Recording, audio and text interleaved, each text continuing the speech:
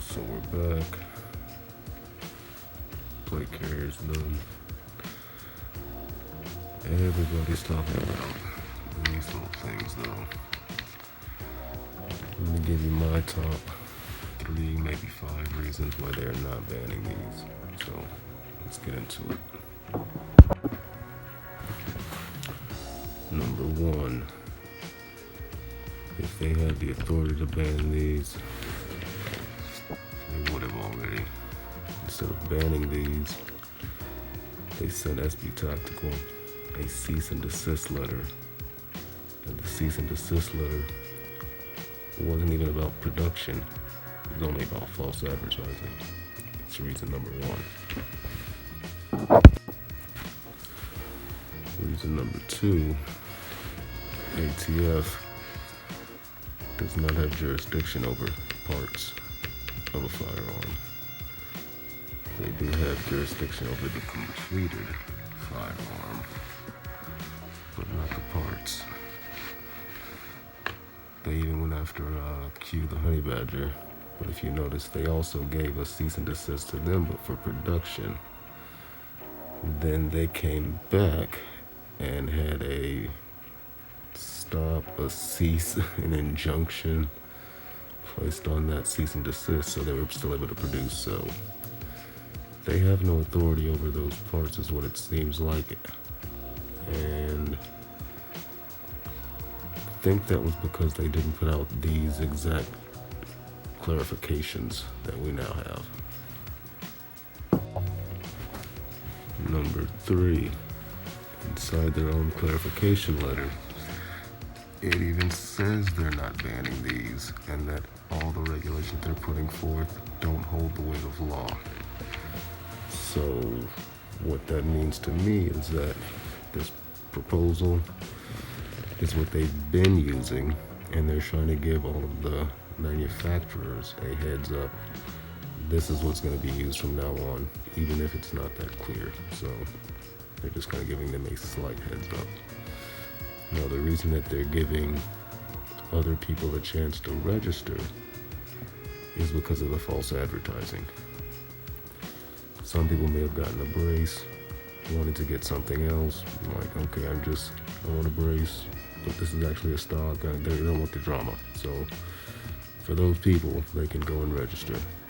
A brace is still a brace. You don't change the item because of its auxiliary or secondary possible use, even though it may even be used more in that secondary fashion, if that makes sense. The fact that it could be used for another thing doesn't change its actual purpose. Basically, I'm not handicapped, but who knows, maybe one day I'll become handicapped. Even still, I do like shooting it with the brace. And as long as it operates and functions in that capacity, it is still a legal device. Number 4, the ATF does not control how you shoot a legally owned anything. They don't control how you shoot a pistol. They don't control how you shoot a rifle. They don't have control or jurisdiction over how you shoot a slingshot. So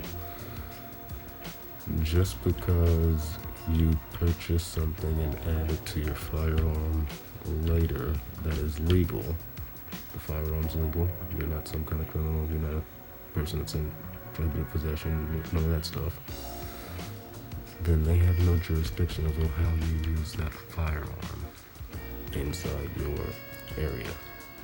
It's really kind of that simple. They have jurisdiction over dealers. They have jurisdiction over criminal users. And they have jurisdiction over manufacturers. And of course, anybody moving them in between state lines. They don't even have jurisdiction over personal sale. That's how you know they don't have jurisdiction over individual use, if that makes sense. Okay. Number 5, reason they are not banning pistol braces is the Americans with Disabilities Act. the actual first designed pistol brace that was submitted to them was submitted for the purpose of a veteran that had been disabled so that he was able to operate his AR-15 with one hand. There is no way in hell that they are going to be able to ban these devices, period. That's really just it.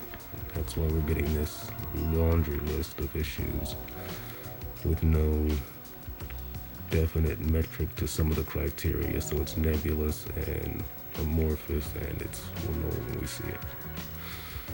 That's good and bad, because if they get you on something like just a possession charge, which I don't even hear about, then the amorphous nature of that law is going to be on your favor.